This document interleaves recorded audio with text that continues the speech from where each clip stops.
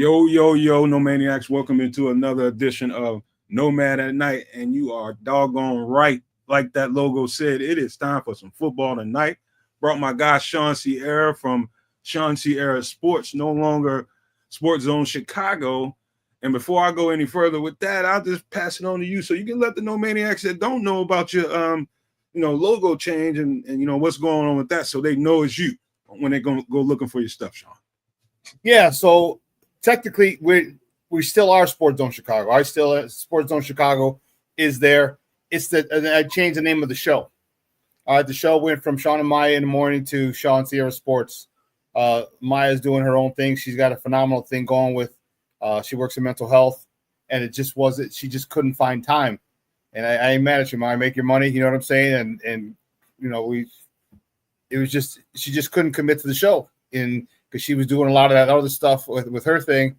Like I said, I ain't mad at you. Make your money. And so so now the show, we rebranded. We're still Sports Zone Chicago. It's just my show instead of Sean and Maya in the morning. My show is now just Sean Sierra Sports in the morning. Same time, Monday, Wednesday, Friday, 9 a.m. to 11 Central Time. So you still look for me on Sports Zone Chicago, but it'll be Sean Sierra Sports instead of Sean and Maya in the morning. And the funny thing is, being creatures of habit and doing that for like 7-8 years, there's a couple times I'm like, yeah, welcome back to Sean and Maya, Sean Sierra Sports. Got it, stealing that muscle memory in your mouth, man. I'm telling you, 8 years, dog. It's been a long time. So it's like I said, we just rebranded the show, Sean Sierra Sports, Monday, Wednesday, Friday, 9 a.m. to 11. So, but keep looking at it, and if you haven't followed, please follow Sports Zone Chicago on our YouTube channel. Okay, just subscribe there. We appreciate it. We're going to get back on all the different platforms, the streaming platforms and everything right now. So, but give me a moment for that. But just a rebrand of the show. Same good stuff. We're probably going to add some new stuff this football. Not probably. We're going to add some new football stuff this season. So you're definitely going to want to make sure that you keep your eyes peeled for that. So. Hey, do me a favor though, Sean, man, and I'm not Chris's freaky ass, R.I.P. Chris, but you know how Chris was when it came to Maya, man. But I do love her chops when it comes to talking sports and talking football in particular. So do me a favor, pass on my information just to see. I know she's probably not wanting to do podcasts. He's trying to get you to give Maya his numbers. What's going on? No. It ain't like, I ain't on that, man. I ain't on that. You didn't hear me in trouble. My old lady in the other room, man. You better pass up. You see? Yeah. No, I just wanted to see if she might be interested to jump on, have a football conversation once in a while. That's all. I will. And that's the one thing she said. She's like, she goes, I'll be able to, I'll be more than happy to come on every once in a while. I was like, all right, cool. So, I definitely will let her know. That woman has some football chops. Like, man, I tell you what, it's hard to find, and this ain't no man or woman thing, but it's hard to find women that know that stuff intimately, like she does, man. It's really, I was just impressed every time I saw her on there, man. I never forgot that, man. So, yeah, I would definitely appreciate that because I'm very impressed by Maya and what she can bring to the table. Cool, but, here we are, man. Here we are. We're going to talk. Y'all want to talk some football? This is the right place to be right now. I'll tell you that. This is the right show at the right time because we're about to get into we're going to concentrate. You know what? Before we get into all that, let me pass it around to my guy, the Canuck, who haven't even gotten a chance to give out his pleasantries, pump the channel. Wow. We'll start with my guy being back in the building. I love it. Ked's in the building. Yes, indeed. Sean Sierra is coming here. He's representing with us tonight. Super good to have the SuperBack back in the building. It is awesome. We're going to chop it up crazy tonight, so stay tuned. Big ups to my guy, the Immortal Nod, who's out there talking mad hockey smack. And yeah, I know it's looking a little bit daunting for the Edmonton Oilers. So we'll see. What's going on with that, man? Hey, man, it ain't looking good. Yeah, but like I am gonna say that boy, like Connor McDavid is he's a player, man. He's a bad boy. Dude, what do you mean? It's only 3-2. What do you say? 3 games to 2. It's not like you're down 3-1 or 3-0. It's not out of scope. It's a series. There's a couple more games to be played. But the thing is, Florida just Florida's been winning Stanley Cups left, right, and center, right? So this is really an underdog story, and that's kind of where you are with the whole hockey thing. But damn, Connor, like there's a clip, man. Y'all got to jump online, a hockey fan or not, jump online and just take a run Connor McDavid. Just run a Connor McDavid in Twitter, and you're gonna see one clip of this man just straight up deking out the entire team and scoring single-handedly, and it's like, whoa. Yeah, he's a bad man. He's a bad man. Puck and a stick, man. He really is. I'm not super big on hockey, but I do pay a little bit of attention to the Stanley Cup, to the playoffs. But as well as like being in Canada, you can't miss these big name kids who are coming up through the systems. Like McDavid, I've been hearing about McDavid since he was a little kid. Like he's a serious guy. Like guys like Sidney Crosby back in the day, I hear about them when they're young, and they climb their way up and you just continue to hear those names 5, 6, 7, 8 years until they hit the NHL. It's crazy. And the cool part is that we got one here in Chicago. So you got Connor McDavid, then it had the Austin Matthews up in Toronto, and then we got Connor Bedard.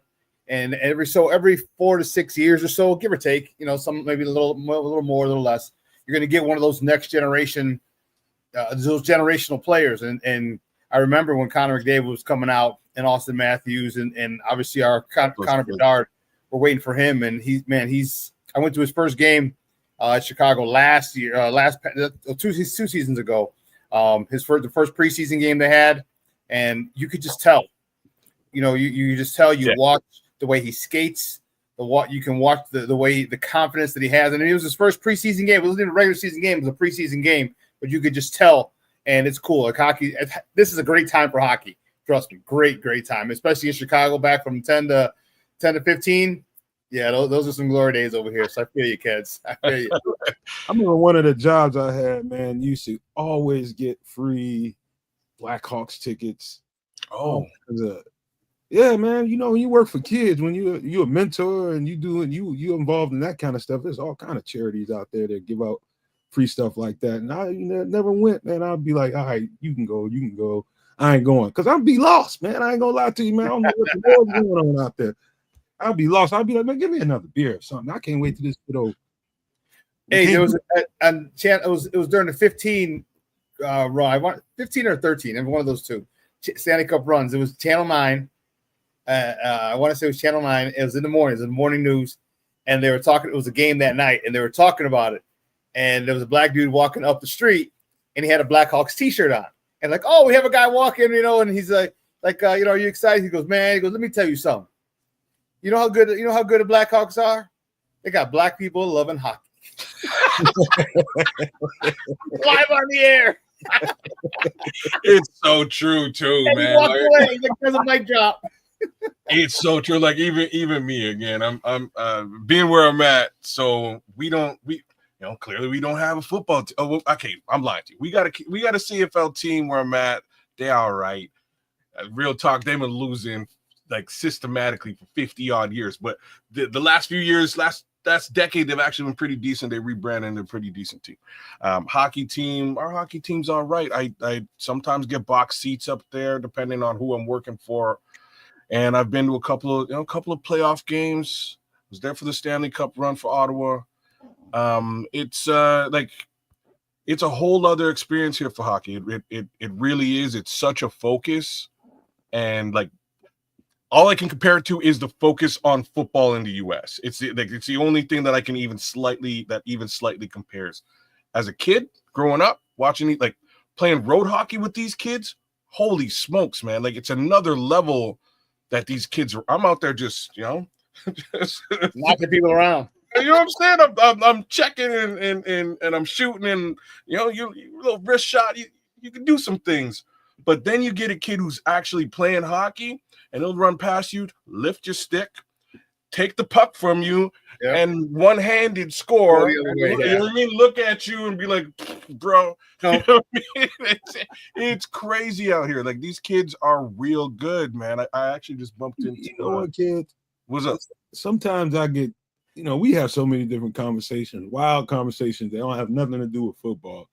at times I forget you was raised in Canada. Because Sean, I guarantee you, man, I ain't in my life, I have never been played around pro a black man that a hockey conversation came up in my life. See?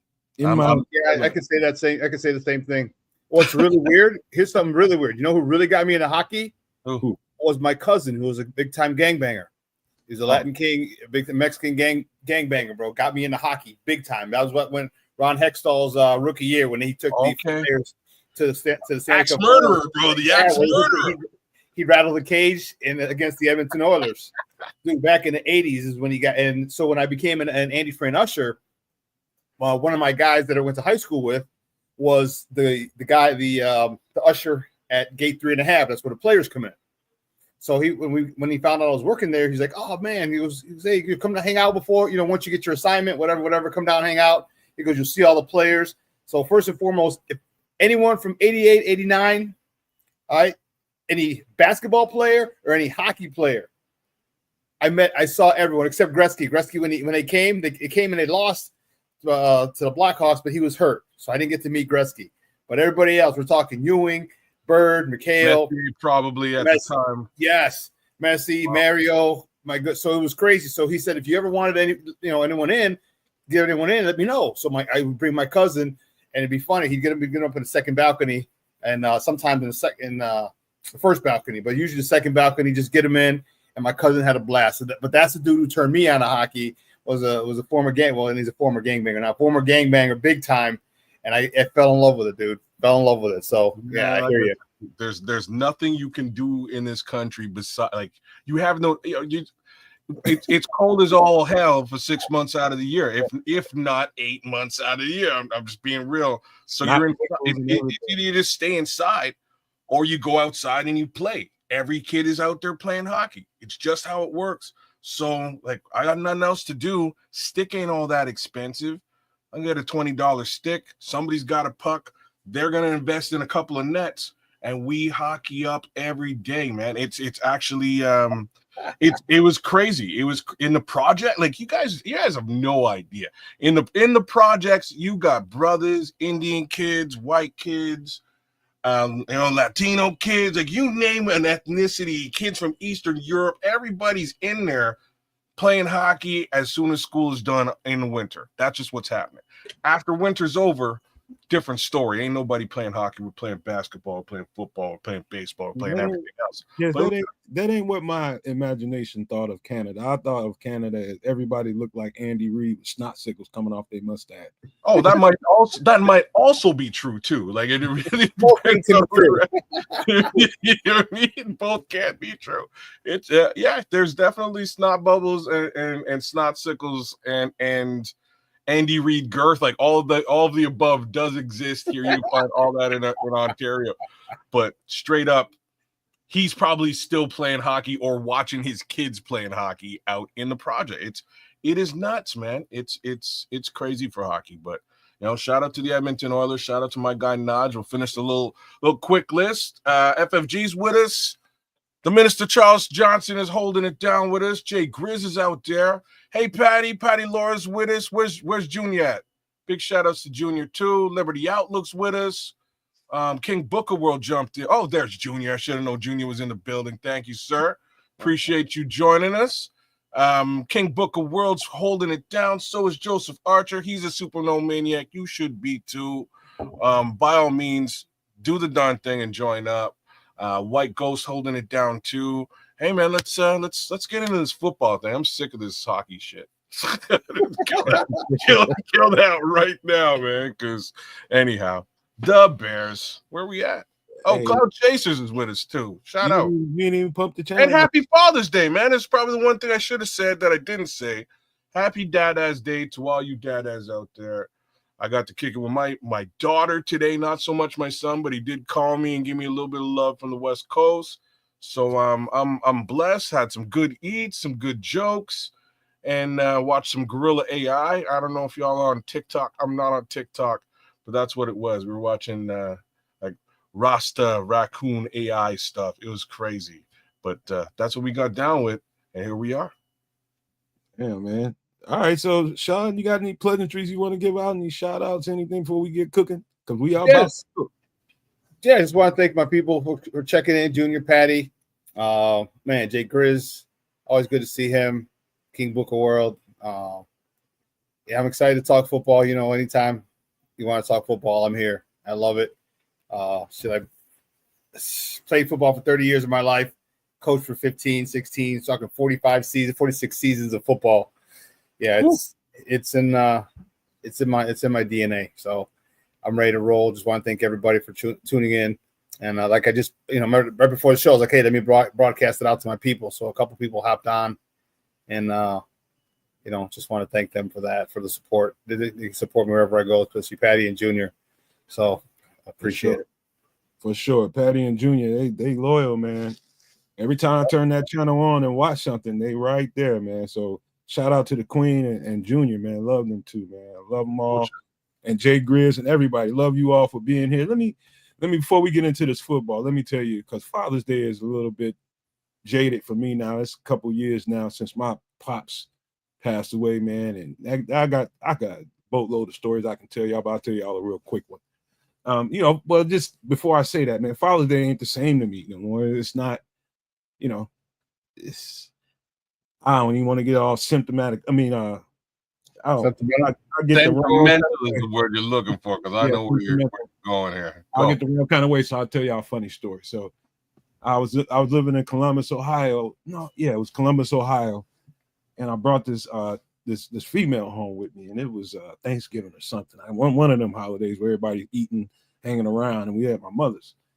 And everybody's down there in the basement. She got this big old basement, big old man cave down there. So everybody's hanging out. I'm over there sitting in a lazy boy. My girlfriend sitting on me. And we over there talking all kind of reckless shit to each other. Just saying, we should just talk shit to each other. We don't mean nothing by it. We just talk mad shit to each other all the time. And my pops was over there ear hustling like he normally is, man. He's a big dude, man. He's a big dude. I mean, when I say big, he's girthy too. And so he always, no matter how old I got, man, he always reminded me, man, I'll still whoop your ass now. I would whoop your ass. And so he heard me say something slick to him, man. He got up and wheeled around at me. He already had his shirt off. He don't care where he's at. He's at home at anybody's house. He's going to take his shirt off, hairy ass chest all over the place, hair all over the back, man. He was wild like that. He'd just go to anybody's house. First thing he'd do is take off his shirt and get comfortable. And so he just wheels around on me and whips his belt off. He said, boy, don't make me beat your ass down here, okay? Better watch how you talking to that girl. I was like, Pop, we just talking shit, man. He said, watch how you talking to that girl, man. I don't appreciate that. I raised you better than that. Shut your mouth now. I don't want to hear no more now. That's how to get talking. I don't want to hear no more now. All right, man, you know what I mean? And she was just like, Papa, be cool. He was, hey, you be quiet too. I'll give you a good one too. So that's one real funny story, man. I got a ton to tell, but I'd rather do that than get just emotional about the thing, because it's hard for me this second year without having him around, man. He just wasn't he's that song, man. I'm a simple man. I'm a simple kind of man. He wanted nothing. You just bust into Leonard Skinner on Nomad. I don't even know who made that song, man, but that's him. No, I know who made the song. You know I know who made the song.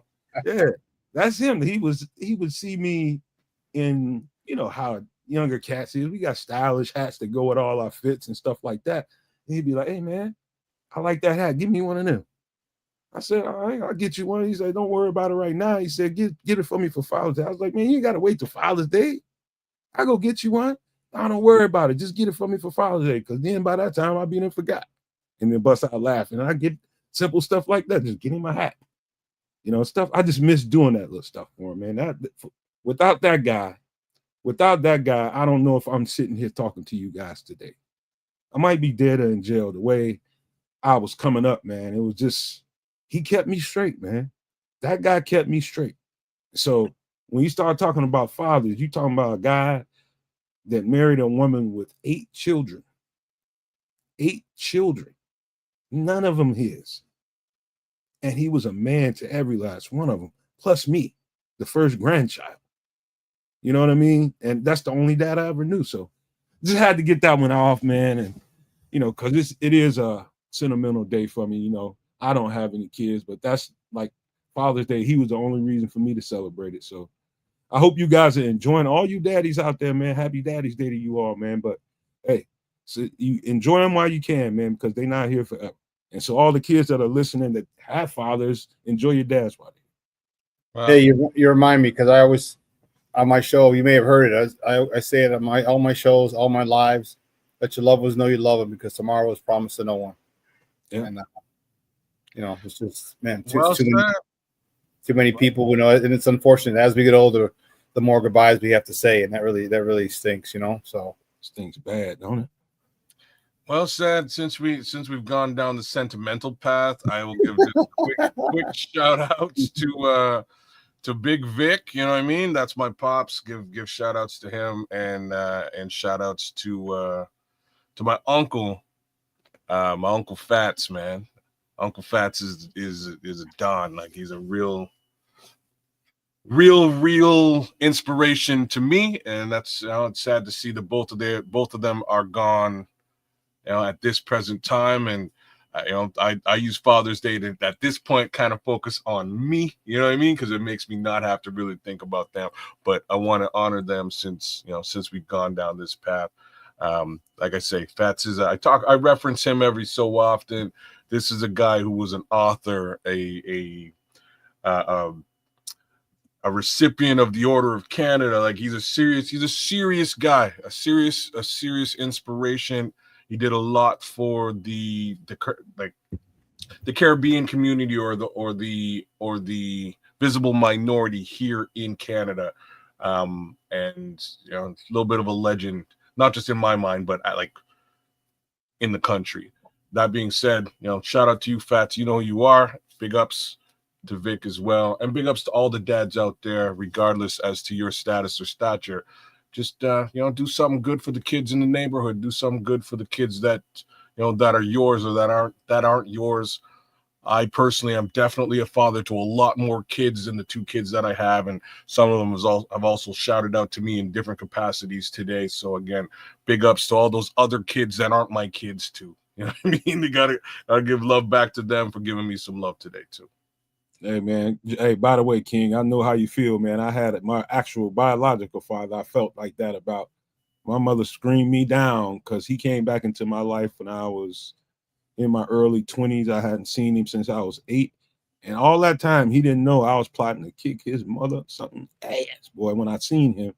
And she found out about it, and she screamed me down, started crying. I didn't raise you like that. You never touch your father. You put your hands, that's your father. I don't care if he ain't worth shit. Don't you put your hands on him. That's your fault. Man, made me feel bad all the time. You didn't call him a sorry ass motherfucker and all this and that. And I'm getting ready to take revenge for you. You don't want me to get him? Nah. But me and my brother used to have a thing about that. You know, we made a little pact that we wouldn't do that, because we both wanted to jump on our father, man, because he messed us up, man. You know, we needed our fathers. You know what I mean? But he ended up doing it. He ended up actually knocking him out. And I was going to get on him for that, but you know, that was a whole other thing. My brother's gone now. So yeah, we're gonna talk about some football, man, because I got too many thoughts going through. I want to talk about Puerto Rican Fest right now, because what's going on with that? I'm saying the mommies are out there, and it's I'm just making note for next season. You know what I mean? I'm just making note for next season. That might be your annual trip to Chicago. I got to come to Chicago. I know when to time it. Like I've been trying to time it in season, but maybe I come a little bit early.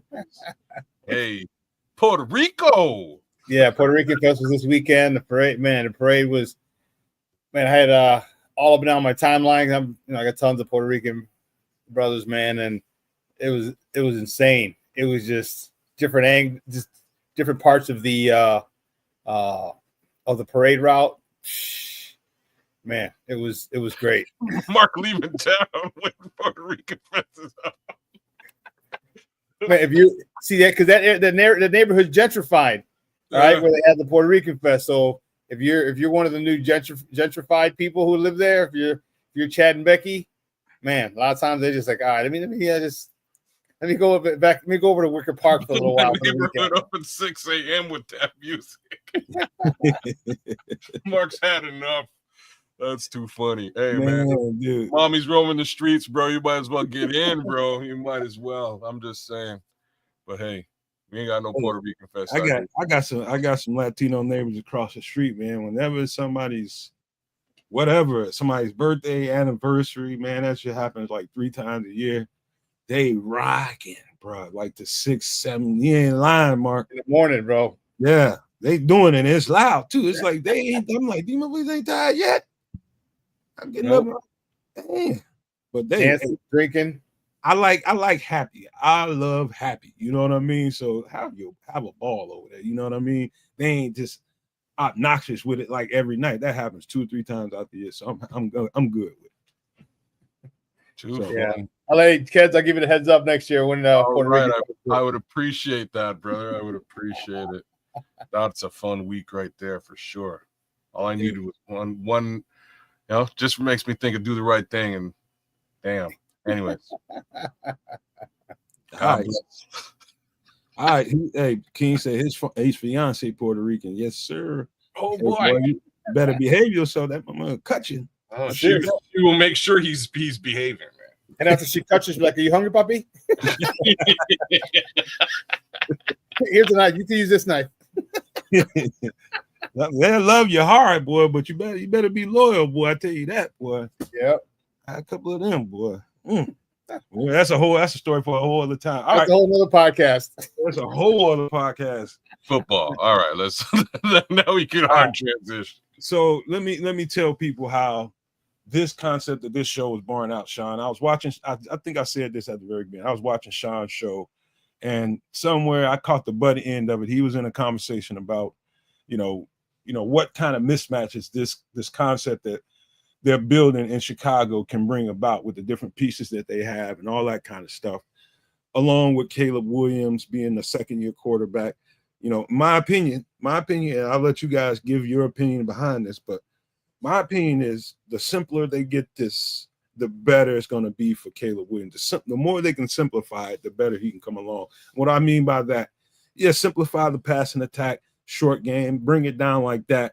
But I think you're going to have to, ain't no thinking to it. You're going to have a hell of a running game in order for him to bend that learning curve a little bit faster, in my opinion. That's the only way you can really, really bring that guy along right. Because if he's put into pressure situation where he's got to throw the ball 40 times in a game, I don't think he's ready for that. Not with this new offense, man. I don't think he can do that. I know people want to see him throw the ball around the yard and stuff and, be throwing these, wild 400, 500-yard games. I know people want to see that, but I don't think that's quite realistic right now until he gets this offense down. I said this to kids the other week, Sean. I said at this point, he's a renter in this offense. And what do I mean by that? He doesn't own it yet. No, not yet. He's got to own this thing. And so right now he's in the very, very real infancy stages of whatever they're trying to teach him right now. So it's going to take some time. And in this training camp ain't going to be enough time to get Caleb to where you guys want him to be. So I'm just trying to get people to practice some patience. It's going to take a minute for him to get to where he needs to be. I tell people, listen, I said it's 2026 season. That's what's gonna be on and popping. I said I'm 10 toes down for 25. Don't get me wrong. I'm gonna be where I'm at. I said, but wait till 2026. Well, man doesn't have to learn a new offense. Luther Burden doesn't have to learn a new offense. DeAndre Swift, all right, DJ Moore, Roma Dunze, don't have to learn a new offense. 2026 is going to be on and popping. That's when our championship window opens. I said, but I'm going to enjoy this way. And I gave the hockey analogy, kids. I was like, remember when we drafted, we got Patrick Kane and Jonathan Tays. I'm like, we saw them grow up into becoming a Stanley Cup 3 times, should have been 4 times, 3 times Stanley Cup champion. I said, this is what we're going to see with Caleb and this crew. I said, we're going to see them. They're going to have the growing pains. They may have more bumps or more bad than good. I said, they may have more good than bad, but we're going to watch it and grow. And I said, and this is what's going to get our investment in the team. When you see people grow up, okay, then you really become invested in their success. And I think 25 is going to be a good one. And then next year is going to be phenomenal. But yeah, I'm anxious to see 25. You're right. You got to be patient because they're going to make mistakes. It's new. It happens. It's just what life. You're just not familiar with it. to the point where it's second nature, because the only way you can get that is through time and experience.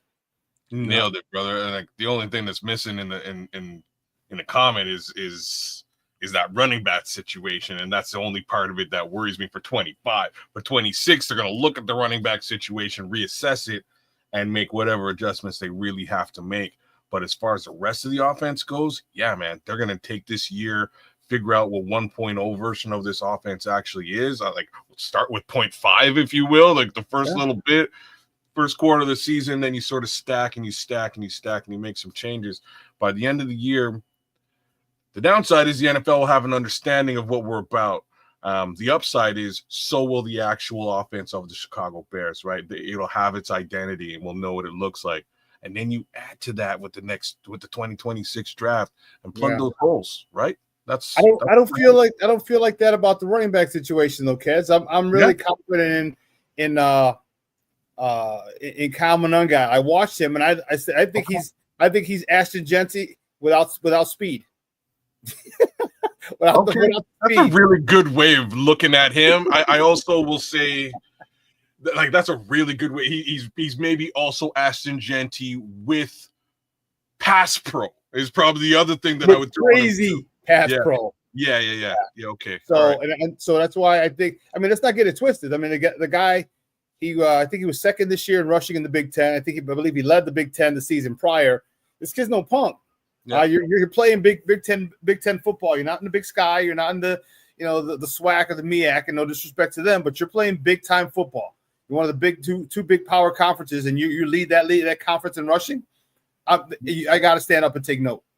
Yeah. Hey, Sean, you know what? I saw him watching film on both him and Travion Henderson. A lot more Travion Henderson than I did Kyle Monunga. No lie about that. But sometimes it kind of scared me. Like, until I seen Kyle Monunga out of pass. Like, he's got that body armor in it. Man, I've seen those two guys uncoil on linebackers coming full bore. Right down, just uncoil on them. I mean, literally like a spring coil, just pop right into them, man. Just ran. Walk with their knees. Man, I was like, it was fascinating because it's like, you know how hard it is to get running backs to commit to blocking like that, man. It's not the easiest thing in the world, man. Those are collisions and they hurt. But those guys consistently don't remind me. People, hey Sean, for real, man. People see this stuff on TV and they don't know what that feels like, man. Dude, those are head-on collisions, dude. Yeah, like two cars running into each other. It literally, football's not a collision sport. It's not a contact sport. It's a collision sport. Let me tell you, you got 25, 30 car crashes in a 3-hour span. Man. And that's one of the reasons I think Kyle Monunga is going to get his ass on the field. All right, because that's the best way to get man. If you can pass pro, because obviously you could run the ball. All right, we drafted you because you could run the ball. We know that. All right, but if you can pass pro, now we ain't got to take you out. You're a 3-down back as a rookie. That's usually the most difficult thing for a rookie is pass pro, because the guys are bigger, stronger, faster. Man, if once he adapts to the bigger, stronger, faster. Ooh-wee. Man, I'm telling you, that's why I think they're happy with him. I don't think they wanted him initially, but what they got, I think that it's going to be, sometimes you don't always get what you want, but sometimes you get what you need. And I think that's the thing, the guy that can really do a number, because he runs between the tackles. He is not afraid of going between there. And I cannot wait to see what he does in training camp and really open some eyes and turn some heads. You hit him pads popping. You're like, oh snap! It's on now. So part of what we're gonna do tonight, I'm gonna give you guys a little heads up. We're gonna give you a few illustrations. We're gonna talk about the first thing we're gonna talk about is, you hear a lot of us out here doing shows and different commentators talking about an NFL route tree, how guys need to learn the route tree and all that kind of stuff. We're gonna actually show you what the route tree looks like. I had to learn this in high school. You know what I mean? But I stopped playing receiver once I got to college, but I have a very strong concept of how to run every route on that tree. Sean's an offensive guy, and I'm going to kind of let him take the floor when it comes to all this kind of stuff. I'm going to talk about some of the offensive concepts that I keep seeing over and over in Detroit and what Ben Johnson did with those guys over here. I know you've heard a couple of times already that Ben Johnson's telling everybody, okay, this is not going to be the same offense. The concepts are going to be there. They might have different language in it. It might get tricked out in a different kind of way. He'll he'll mess with them a little bit, but you don't fix what's not broken. So it's going to be a lot of those concepts to come right on over here with them, and plus another running back, old running concept. So you hear all the time about how he likes to use wide zone, stretch game, and all that kind of stuff. But what I keep seeing on film is a whole bunch of mixed up. There's a whole bunch of stretches, a whole bunch of power, and that counter trace stuff that they like to do. Man, it's old school football. This stuff is old as football itself. Simple concepts like that you can use in an effective way when you got the right kind of people that will commit to blocking for the running back or whoever's getting the ball. So I got that, and I even brought a little all 22, and to show you guys how they use the tight end and how the tight end is going to be. So it's going to be, the position is going to be so dynamic. But I focus on like 3 straight plays that they did when they use the tight end in the run game that you guys need to really see, and so you'll understand why they got Colston Loveland when they got him, because they're going to need him. Watch when you see this all 22, you'll understand it 110%. So before we go any further, Sean, let's pull this up, man. Let's pull up this route tree, and we can talk about that a little bit. Let me move us around a little bit. Boom, there we go. So go ahead, Sean. I'll just shut up. Okay, so route trees, they work in pairs, or they work in combo with each other. All right, so you see in one's a flat. Sometimes it depends. Like one could be a hitch. All right, 2's a slant. You see three's a curl. 4 curl, come back, same thing. 5, 6. A lot of these they mirror each other. All right, the evens and the odd numbers. All right, 7's a corner, 8's a post. All right, same. Just opposite direction of So, but what you can also do is you can also just call numbers. I know at some of the level that I played, it was easy just to call 659. We call different numbers, and when the number, it would go according to the receivers from left to right. This is a pretty generic one, because there's other have, like, you didn't have, there's no disco route in here. There's no you got a dig. You do have a dig. We'll get into some more advanced stuff. This is just a basic, simple. So this gives you an idea. I'm learning awesome stuff here, and I appreciate what you're doing. So, question. So if we're looking at the wheel and the drag or the swing on the other side, what number would that be? Is that a 1 or a 2 on the other side? In this illustration, all that's coming out of 2. And it's all out of 2, and the swing is also flat on the 1. It's also like the same call. Yeah, and sometimes you just yell swing instead of, you might not have a 1 route. You'll have the play. You'll have swing in the route in the play call. So obviously the running back knows that he has to swing, and on that particular play call, you know which way you're swinging because you practiced it. So sometimes they'll just say swing.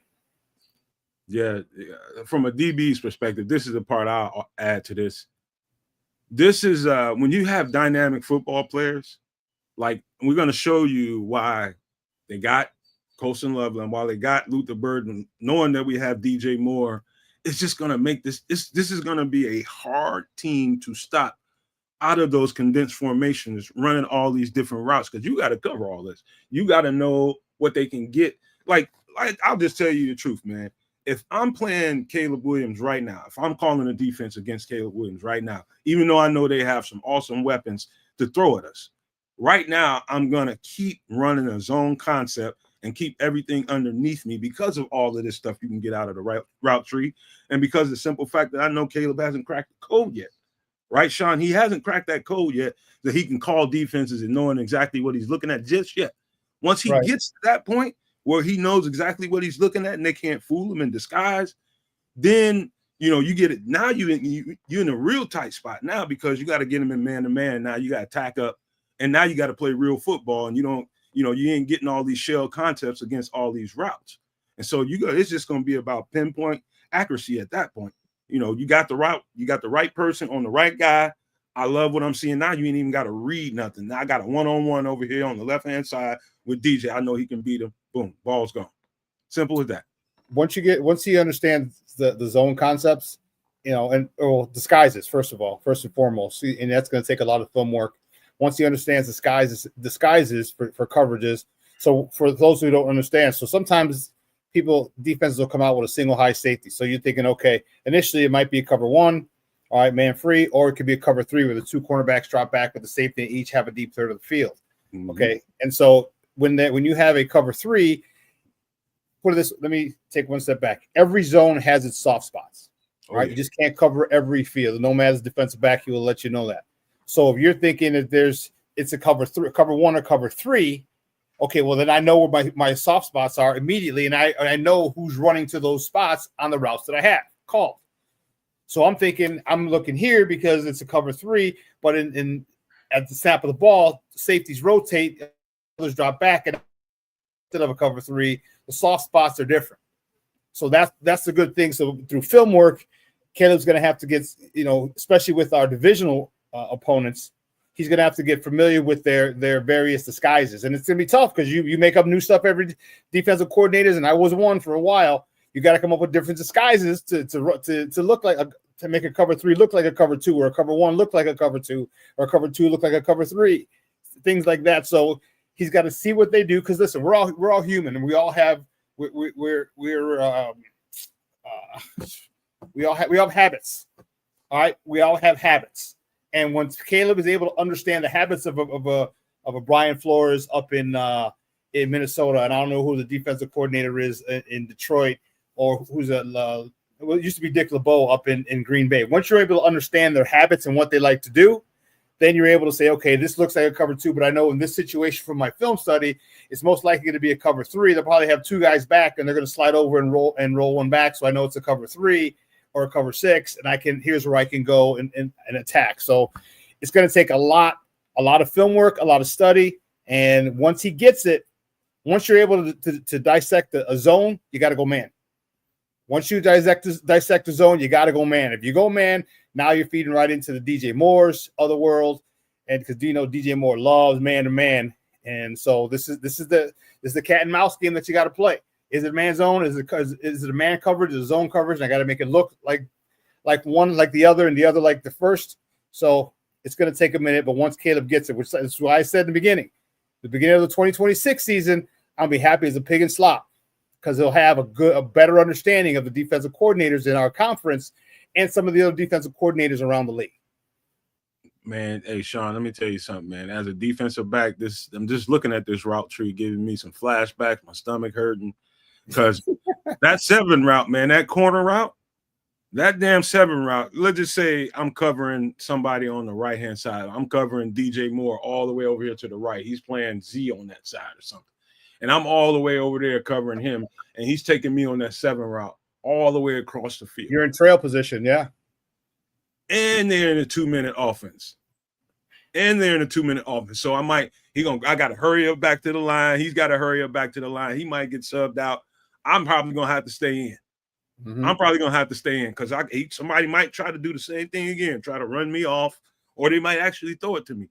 Man, you talking about, man, you got to be in Usain Bolt, whatever his name is, physical shape and run. Dog, man, that is I'm telling you, outside of quarterback, man, I firmly believe 110% the corner is the hardest job you can take on in football, man. It will physically exhaust you if you ain't ready for it, man. Physically and mentally, yeah. That's what you do, and that's especially if they're a man team. You want those guys, and you have your wide receivers got to make sure they are in tip-top shape, because and cornerback too, because we're gonna go a 9 route on you, then we're gonna go to corner, we're gonna go a post. All right, we might go an over route. So an over route, they don't have it on here. An over route would be like, say you're on the right side or you're on the left side, and you come all the way over across the other side of the field, maybe to the other corner or to the other pylon of the front of the end zone. You go over the field. So if you're going man, you got to cover, especially in the wide receiver gets inside leverage on you, and now you're in trail position, and all you're doing is running. It's not just a regular. When you got good position, that speed's a little different. When you tell them, Nomad, when you're in trail position, you got to catch up. That speed's like, I can't get beat. That's a whole different feeling. We call it puppy dog, Sean. That's what we call it. We call it, you puppy dogging out there, man. Why you let him get leverage on you, man? You thinking he's about to do something else, and he takes the inside leverage, and boom, he's off. And I ain't getting a chance to touch him or nothing. All you doing is chasing. Yeah. Oh man, just thinking about it, man, give me a Woo, my stomach is bothering me right now. Flashbacks. Oh man.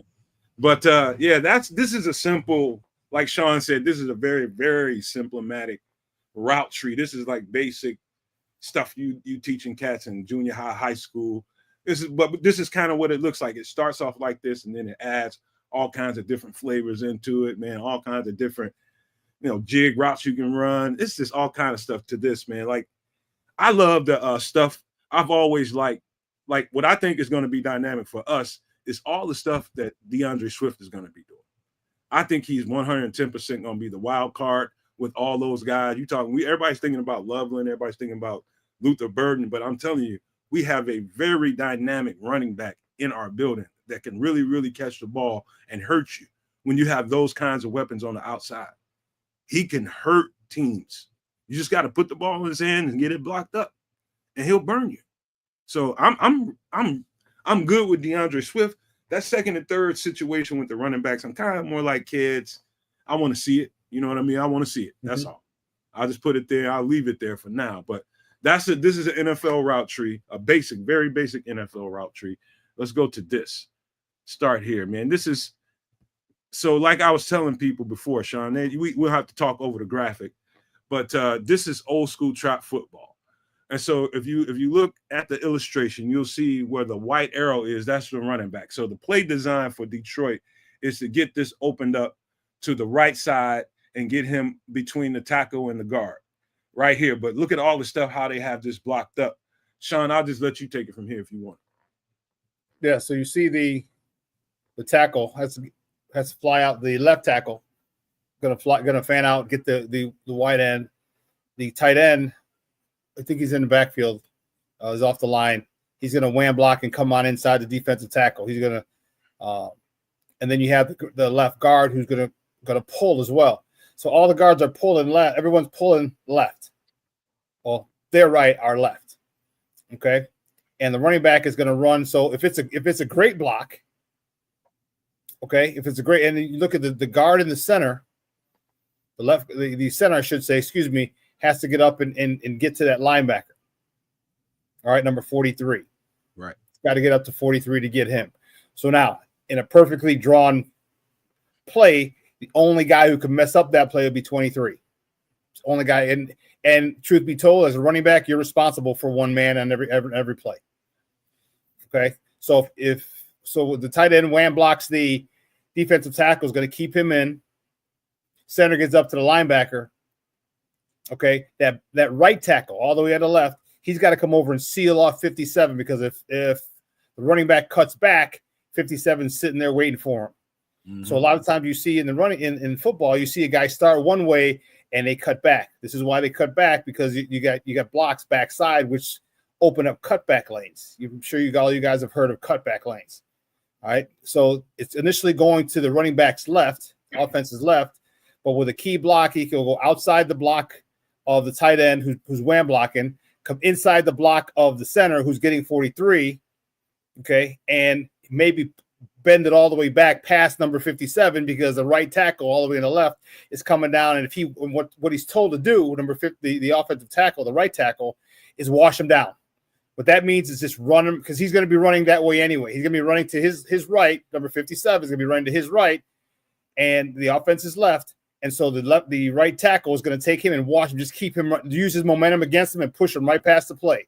So running back's going to start left, cut right outside that block of right outside of the defensive tackle, cut inside from the center, cut all the way back, and now he's going to end up most likely facing number 22, is in the bottom of the screen.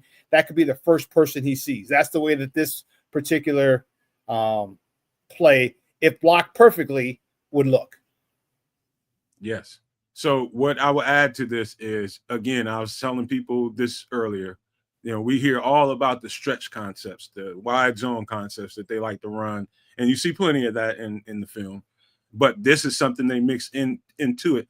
And I used to hate this when I was in high school, man, because it was boring. When you playing football, I'm a receiver, man. I want to touch the ball, but we locked up in blocking schemes all the time, and but when you do it well. When you do it well, this is foolproof football is what this is, man. When it's blocked up right and you got guys committed to their assignments, know their assignments, and get to them on time, you can run this stuff all day and twice on Sunday, dude. You can run it different ways because sometimes the defense shifts. So when I just told you that the running back's going to go left and could bend it back right, if you look at the play and what happens, he could keep it front side. So the tight end wham blocks the 3-tech, keeps him inside. The left tackle takes the defensive end, widens him out. So now there's a gap there. The slot, I don't know if that's Amon-Ra St. Brown, comes down and seals number 23. Now you have a lane front side on the front side, and you don't have to cut it back. That's definitely St. Brown. If he seals this guy, 23, he washes him a little bit, and they get this blocked up. Running back in his head on the goalpost on this one. Yeah. 22 is the only thing that's going to stop him. Yep, and whoever the hell that corner is outside. But there's 2, 4, 6. There's 7 guys. There's 8 guys in the screen right now. 9 on the cornerback, 10 on the other cornerback. So I mean, he's gonna hit the third level in a heartbeat. Past the D line, the linebackers, he's gonna be in the secondary in a heartbeat, and it could happen one way or the other. And this is why running backs. I mean, this is why offensive line play is so good, because whatever the defense does, okay, you have to make that block, and the running back has to read it. I used to be looking for this when Shane Waldron first got here. I was looking for a lot of this, and I didn't see a bunch of it. But when Thomas Brown took over when he took over the reins, I started seeing a lot of this coming out of it. And that first couple of games or so, man, they was springing some stuff open, man.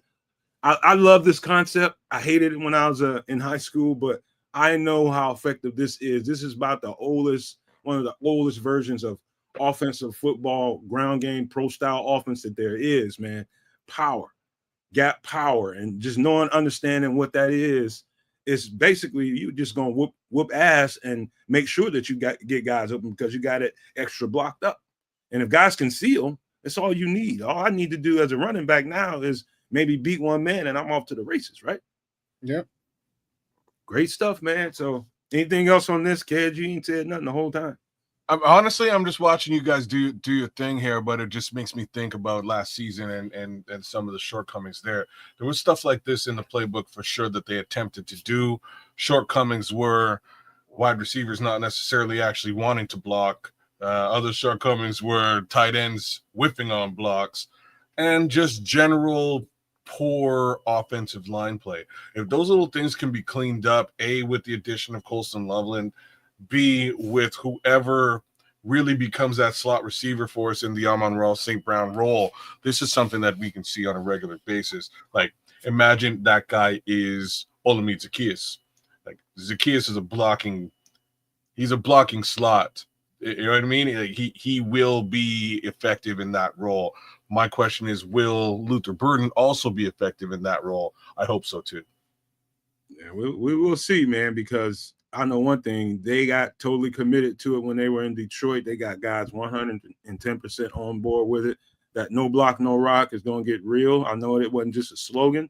I mean, that's the way you got to play it, man. You got to, if you don't get this simple stuff right, if you can't do for the man next to you to break his play out, none of this stuff works. So the big piece here is that what you're describing right now is how they can be dominant, A, as an offensive line, but B, have that truly affect the run game.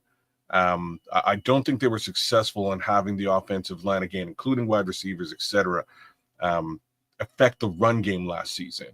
If they can impose their will in this regard, I think our running situation may truly look a lot better. And let's not get it twisted. The run game wasn't that bad. It wasn't that bad. Still had. I mean, he almost had 1,000 yards, and then he was hurt a couple games. Yeah. So, he was still at 9 and change. All right. And to me, what he did to me, he opened my eyes, and I did not think he was that good of an inside in between the tackles runner.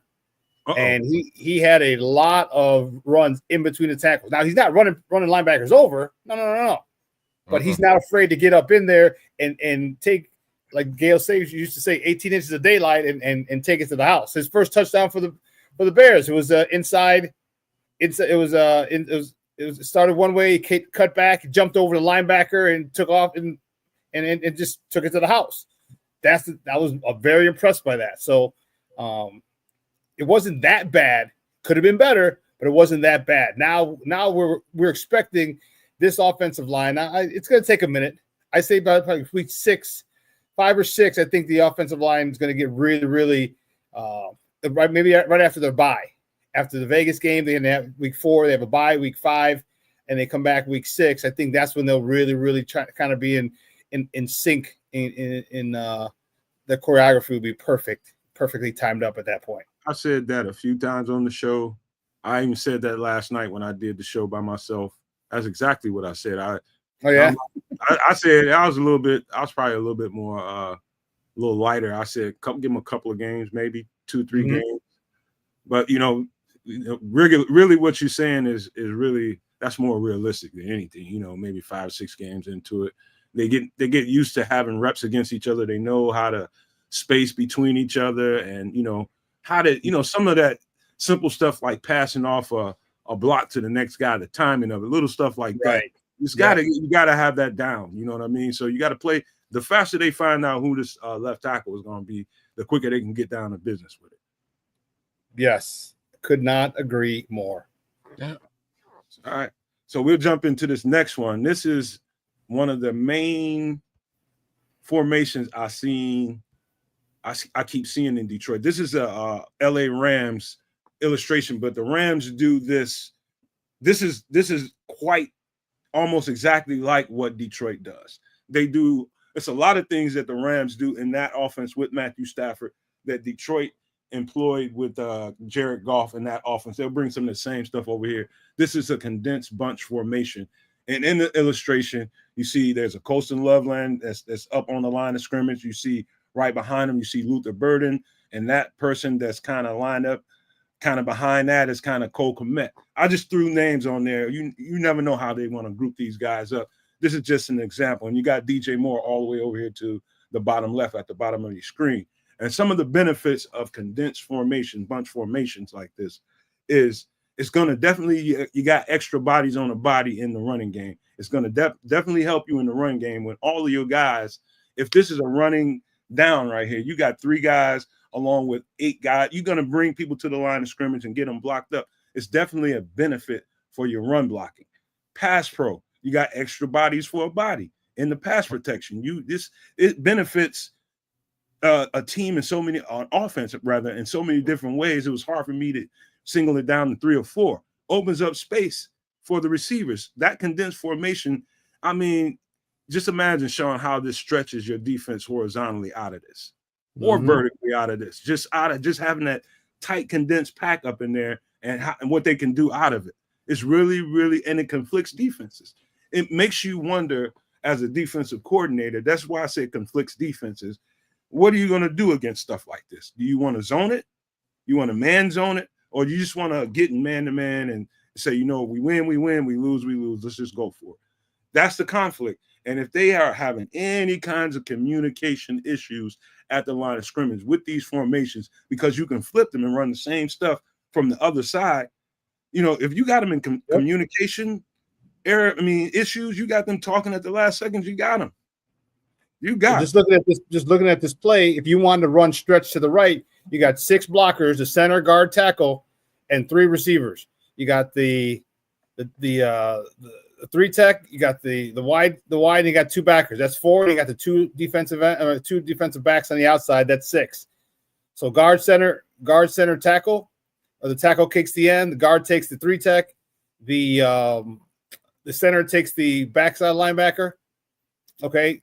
The tight end, if it's Cole Kmet, he can take the front side linebacker. Burden and Loveland take those 2 defensive backs, and Swift's up in there, and Swift's going to have to deal with the safety who's on the 20-yard line. All right, he's gonna hit the third level in no time. So this could be a running play as well as a pass play, and that's what make them like the old look new and the new look old. I think that's what they said or something like that. Sean, you understand why I put the wild card by DeAndre Swift in this setup. Yeah, right? Oh yeah. Mm-hmm. Because that's an extra receiver. Now you got 1, 2, 3, 4 receivers on the field plus 5 in a tight bunch formation. And if whoever's got DeAndre Swift, I doubt it's a linebacker on this play. It's somebody probably spying him. A safety. Got to be a linebacker. Ain't nobody. Imagine him swinging to the left. You putting a linebacker on DeAndre Swift. Mm-hmm. because DJ Moore's going to take an outside release and turn that defensive backs back to the play, and now you got the bottom of the field for DeAndre Swift, and you only want you want the safety who's on the 23-yard line to come get him. Only other guy who can get him, it ain't that defensive end. He got no chance. Only other guy who get him is that Mike. The only other guy. Man, it's so many benefits to it. I fell in love watching it, man, because I used to watch them from afar and like, man, it's like you just seeing little highlights, and I'm not looking at all 22 until we got Ben Johnson. I'm not gonna lie to you, but when I was seeing little stuff, I'm like, man, it's like they got 7 dudes on the offensive line blocking for this stuff. I was like, all right, let me look a little bit closer, and I started noticing how tightly they're packing up their formations, man, and you can see every one of those guys executing their assignments, and they're getting nice runs off. And when you guys see this all 22, I'm gonna pull up here shortly, you're gonna see why we need tight ends and why the tight end is so important to whatever we're doing, especially in the run game. And so the wild card in this situation is definitely DeAndre Swift, because you got to respect him putting that ball in his gut and letting him take that ball and run into wherever side he's going. But if it's a ball fake, that play, actually, that's another thing, Sean. I said this a couple of weeks ago. I want to see Caleb Williams really, really master the play fake and really sell it.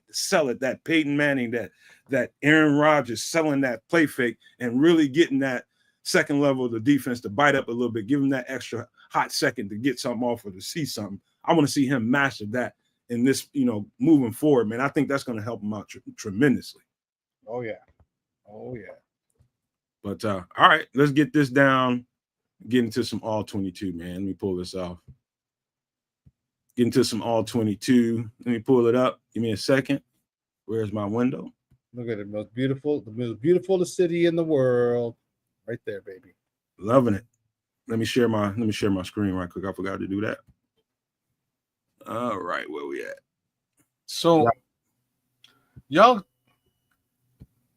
have y'all seen Commandant Guy in pass catching capacity?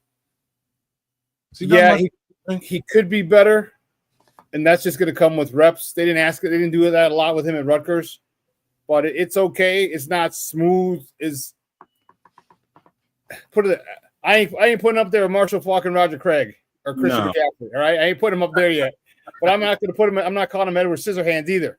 Okay. All right. I'm just interested, just given the formation that you just put together, the bunch, I could see him being super effective in pass pro in that respect, super effective running the ball. I'm just wondering if, he leaks out into a receiving capacity as well, if he's, if they've decided to move with him instead of Swift for one reason or the next. But that's me. Well, let's get into this, man, because I got 3 straight plays in a row. This is against the Rams. They were what you should pay attention to is the tight end. I think on this side right here, I think he's wearing 43. I think he's going to shift into the backfield right here, and then they're going to run it to this side. But let's just watch how they use the tight end here. Well, real quick. The one thing you want to do, and this is you got to identify the coverage first. Okay. Go for it. You got to. So right now it looks like a cover 2. All right. Cover 2 is there's 2 guys deep, but again, it could be a disguise. A corner could drop back. A safety could drop back and make it a cover 3. But right now it looks like a cover 2.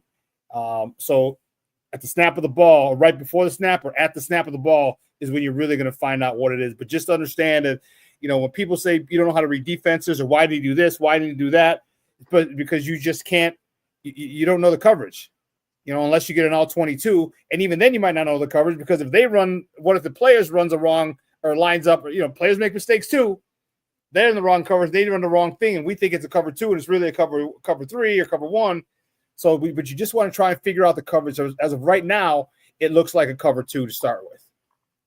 Okay, I'm just responding to somebody in the chat. We've been here a while. 2A all day. 2A all day. We've been here a while, but welcome to the community, man. Yeah, we do real football over here. This is definitely a Bears network. Welcome to the family, man. He's on my side of the fence, though. So by all means, like, share, subscribe, Kids of Canuck, please. Yes, I'm a little bit newer than Nomad is, but we've been doing the darn thing for quite some time. We like and appreciate that you're rolling with us today, 2A. Continue. All right, so Sean has identified some kind of zone concept here. Hold on. Let me get back to my window. Y'all got me all off. All right, here we go. And you see the if you guys can see my cursor right here, you see the tight end shifting into the backfield into an I formation. You see that they're in this is a pro style offense. This is a pro style play. Got one tight end. I think this is another one right here. So they're in 12 personnel. All right, so let's see what they do with this.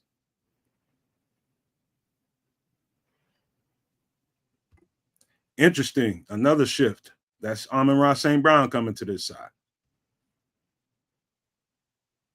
Boom. Poor play by who is that? That's that tight end got his ass kicked right there. You can look at that again. Look at him on this wham block. It's not really a wham block, but do you see 43, Sean? Yeah, is that Jared Verse? I don't know who. 0. I think that was a rookie. He was a bad boy. He was a bad boy. Whipped his ass and made the play. So what they're doing here on this particular play is you want to shift the strength they'll shift the strength because you call power as a defense. The mic says, okay, strong right, strong right, strong right, which means the defense is strong right on the defense, strong left on the offense. What they're doing, they brought the tight end in motion, an offset to the defense's left. Okay, and then they bring Amon-Ra St. Brown in motion. So now that shifts the strength of the offense to the right, to the defense's left. So the defense, which is ready for strong right, now it's turning it to strong left. And it has some advantages for the defense, unless you get blown up like the blocking line tight end did. He gets that blocked up. I think this is a decent play here. I think it's a decent play. Let me keep it going. We'll get to another angle. Let it play out one more time. Simple pimple stuff. You get it blocked up. And I think he gets 7 to 8 yards on this play if he gets this blocked up. I also think the running back should have bounced it too. I think he should have bounced it. Yeah, David Montgomery definitely didn't see this the right way. Yeah, he bounces it. He's got room to run. Oh, there's a cutback right there. He just didn't see it. Yeah, there's a cutback lane there. And he's up at 37 in no time. Mm-hmm. Or the bounce if he wants it. That's Jahmyr Gibbs. He's off. If that's Jahmyr Gibbs, he's off. Now watch this next one. Hold on. Let me get to the next play. Turn my mouse on. I hate doing this stuff live, but this is what needs to be done. Give me a second. Get to the next play. And somebody is moving outside my window. Let me see. No play there. Or do we have this here? Let's go with this one. All right, watch the tight end again on this one. Tight end will be coming from, I think he'll shift this tight end to this side. Let's see what happens here. 12 personnel again, I believe. There's one tight end. It might be 13 personnel. Let me see. 1. 14. No, man, because you got the tight end on the right side. They got the extra lineman right here. Lineman. So 12 or 13. You got the tight end in the back, the tight end on the right who's a wing, and the tight end on the left, the end of the line. So he's in 13 personnel. Old school football right here coming right at you with a fullback or H-back, whatever. Yeah. Shift look at this. Now watch Laporta, number 87, go in here and get this wham block. Yeah, he's looking for him. Bam. Boom. Seals. But that's on the running back again to not follow where the power was coming from. Watch. This is Montgomery again. He's supposed to go right up. Was there penetration though behind the blocks? No, I didn't see it. No. You're right. He cut the wrong way. You should have pressed it. You should have pressed the hole. He should have followed the power. Yep. You should have pressed the hole. Yeah. Keep going. 43 was on him. Yeah, he needed to follow the fullback. This is a better angle right here. Yeah, you can really see it here. No reason not to follow that block.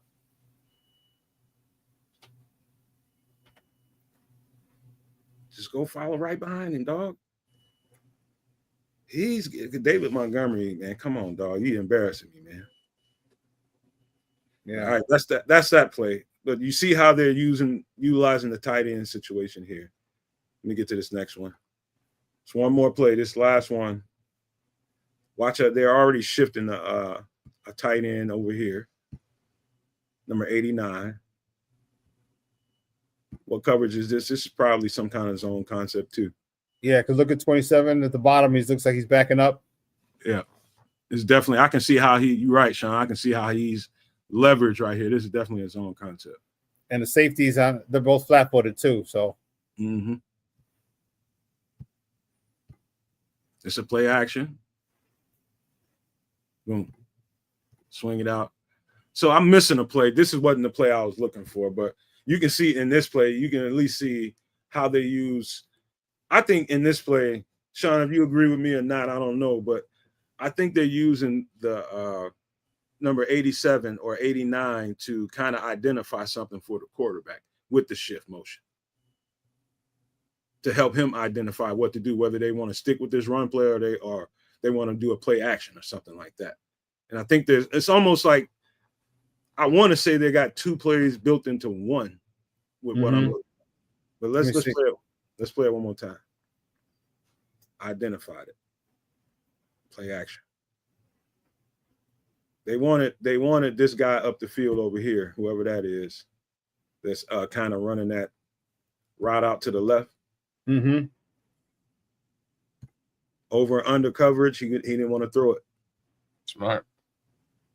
Checked it down to the running back. But that's what I got. Let me stop playing all 22 before we get dinged. We don't want that. Get this off the screen. Well, number 8, if you that would have been that's a perfect example of what should have been an over route. So if he goes over, he really puts that safety on who's at the top of the screen, that he puts him in a bind. Well, it doesn't put him in a bind. He's got to drop because he already got inside the near safety. He would have been behind the far safety. And what things you want to do is you want to put somebody in conflict. And that safety who was at the top of the screen would have been in conflict because there was a guy coming out underneath him and had a guy running an over route, which was behind him. So he would have been screwed. Yeah. I wouldn't have threw that ball either. Not with the leverage they had on it, man. They can that window right there opens. If you don't get that ball, you got to kind of throw that one open, kind of. Yeah. You see where your receiver's going, and once as a good quarterback can see that the DB that he's going behind, the safety he's going behind is never going to get there. So you throw it to, okay, now I'm going to throw it over the safety's head and keep it in bounds so my guy can just run to it, and he'll catch it and go with it. Because he looked like he had taken a couple steps up because he saw the threat underneath, and he didn't realize the over route. And that's where communication as a defensive backs come in. Is, that other safety should have yelled over, and to have the other safety make sure he drops. Because if he wanted to hit a home run, if he had time to hit the home run, he could have, and that would have been a big play. I like that route concept, but that's against a zone scheme like that. I think Caleb will try that ball. I think he's got the arm strength to kind of line that one in there, but he's got to throw that thing so right on time and kind of get that corner that's underneath that to kind of turn him around a little bit. That's the only chance he's getting that ball to where it needs to go. It's going to be high and be over him. The safety can get to it, but it's a hard route to throw. I used to play a little quarterback. That's a hard route to you got to hit that thing and hit it right on time, or it might get took back for 6, man. But yeah. That's some good quarterbacking right there. Just take the easy cheese and let's see what happens when I give it to the running back. That's what you do. But you can see in those couple of plays how and why the tight end, that second tight end in this offense, is going to be so ultra important. His assignments are probably going to be 65, 70% of what you just saw in those two clips, doing a whole lot of blocking. And then the other 35 to 40%, he's going to get rewarded later on in the game. But he's got to draw the defense up with his blocking assignments to get himself open. Yep. You know what I mean? So there's a lot to be seen and a lot to be said looking at all that stuff, man. But what do you take? Do you still feel the same way? I remember hearing you talk about, do you still feel good about the mismatches that we can create with the different pieces that we have? Yeah, I do. I really do. And I know the thing that And I even said, I didn't think about it till later when he said it's not going to be the same offense. Well, and you mentioned the concepts are going to be same. They're going to be the same. Otherwise, you don't draft a Sam Laporta type guy.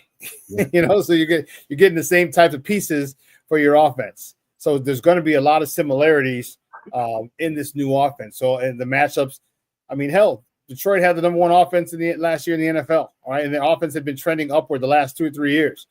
So it's why would you change that? Why would you change that at all?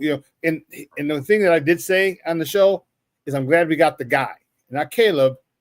I'm glad we got Ben Johnson, because Ben Johnson can take Jared Goff, who was basically a castaway from with the Rams. Like, okay, we can't win with him, and they went and got Matthew Stafford. Said we'll get and they had to throw him into the trade.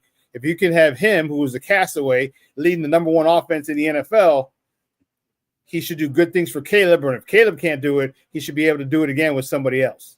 And remember who casted him away, right? Like, it wasn't a scrub coach, right? We're talking about, you know what I'm saying? We're talking about Big Sean over there in LA. He definitely knows what he's doing. And for Ben Johnson to sort of take the reins, take over in a completely different situation with that quarterback and do wonders for him, and his numbers have been crazy these last few years. Like, that says a lot about the guy that's at the helm of the Chicago Bears. The key to it all, and I tell this to people all the time, Sean, even before we got Ben Johnson, when everybody was all excited about getting him, I was like, Ben Johnson, that sounds great and looks good. He's effective in Detroit. But the reason why he's effective is that offensive line. He doesn't bring them over here with him, and he's just going to be a normal coach. But they did yeoman's work in the offseason and made sure they fortified and got the pieces they need to get this thing going in the right direction. Those are the best 3 moves to me of the offseason. Bing, bing, bing. You get these 3 guys to fortify the interior offensive line. Whatever people might think of Drew Dahlman, that guy is so damn athletic and quick off the ball and gets to the second level so damn fast. I mean, that's a great advantage to have. I mean, as an asset for a center, is your quickness, your foot quickness, and how fast you can get. You can kind of peel off one block and get to the second level and seal off that second block. That's going to help the interior of this run game so much. I can't even. Then you got JonahJackson next to him on one side. Then you got Joe Tooney on the other. Just proven guys that know how to play this game. All you got to do now is get solidified with whoever this left tackle is going to be. I wouldn't mad. Would you be mad if Braxton Jones won the job again, Sean? If he won it? Yeah. No, I wouldn't be mad. I just want the same. I want what you want. Give me that left tackle and everyone else. All right, you got it. Boom, and then let's go with it. All right, you want it. I need you. This 5 needs to get the continuity together. I don't care if Kieran Amagaji wins it, if Ozzie Trapillo wins it, or Braxton Jones holds it. I don't care. I just need that from once they make that decision. Now we're going with it. Let me rephrase that question for you, Sean. So. Now, would you be mad if Braxton, like, who would you prefer to win that job? Is a better way to ask that question. That's another way to ask it.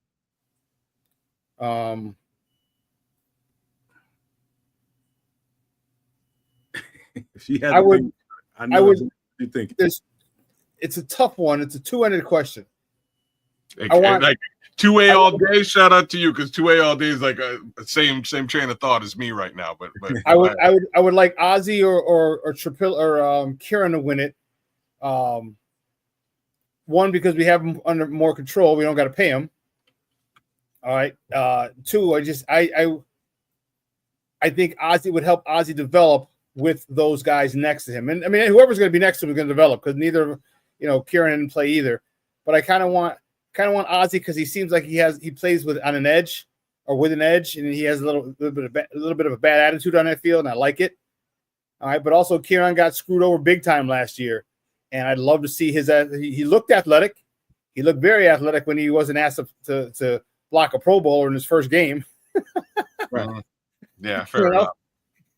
That Washington game, though, he played his ass off, Sean. He was much improved in the Washington game. Yeah. Correct.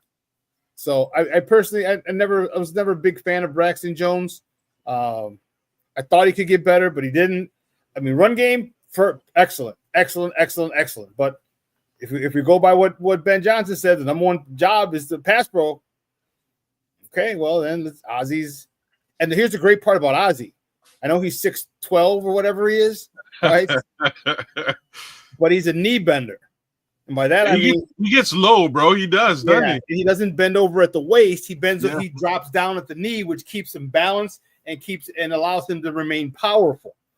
A lot of times, guys that big are waist benders, and man, you get your shoulders over your toes, you've lost balance, strength, and power, and you're no good. And he has a very good base. He bends at the knees. He squats straight down. So I'd love to see that big 6'8" son of a gun, man. I would. You know what, man?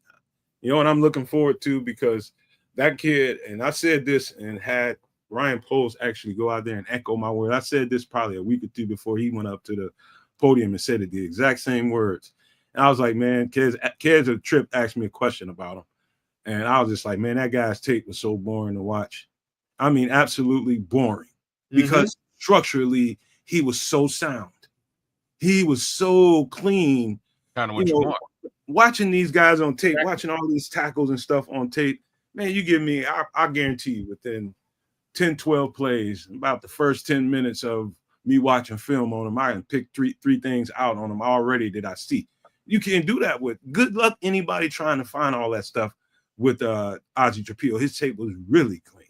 And then Poles went right up to the to the platform and said the exact same thing. He said that's exactly what it was. Yeah. If you know what to look for, you know, the only thing that worries me is he's really, really tall. He's really, really tall. And then some of these other little guys, you know, those little number 7 from Philly, I can't think of that guy's name, but he's a hell of a pass rusher. Man, this guy can get under people. Thibodeau? No, it's not Thibodeau.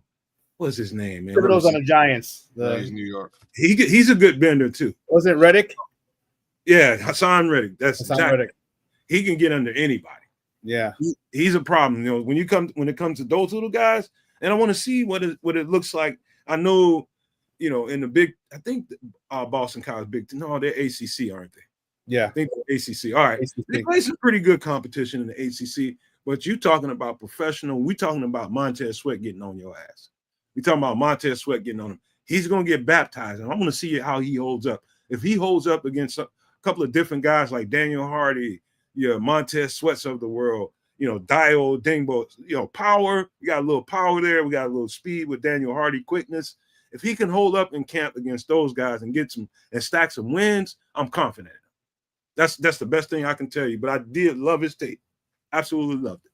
So here's where I am with the Braxton Jones situation, and it's just Bears shit, right? This is a contract year for Braxton. They're gonna have to pay Braxton if he wins this job, and if he wins this job, it's not just the fact they're paying him. Just like my guy 2A all day was saying, it then means they kind of missed out on Karan potentially, as well as potentially Ozzy. So that's like a lot of investment into that left tackle position, which I fully agree with. You got to solidify the position.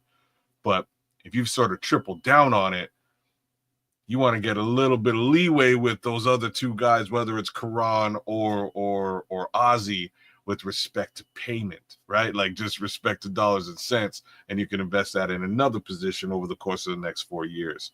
So it's interesting at this situation where we're in, this time frame for left tackle. Yeah. We'll see what that competition actually holds, but so far, I think these two guys are stepping up pretty well. I do too. I think you're right about the whole thing. Is that if you want to, you can go away, and I think that it's good that they got a preview without Braxton Jones. Yeah. Okay. And he was rehabbing. Because if you find that they can do the job, then you can let him go at the end of the year because he's gonna get money.